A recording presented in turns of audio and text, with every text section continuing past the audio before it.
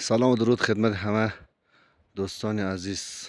امروز تاریخ 27/1/1403 منطقه دیورکه، اینجا مسجد دیورکه، اینجا منطقه رنکوی، اینجا بلناقیل خدمت با سواده درس کنم. اینجا هسته تیناقیل.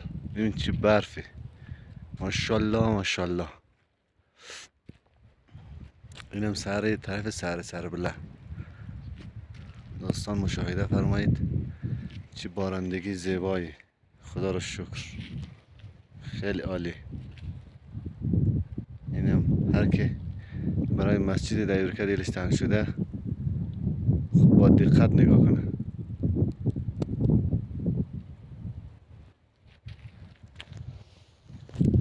اینم خودم. دوستان سلام عرض کردم. امیدوارم که همیشه جور صحتمند باشید.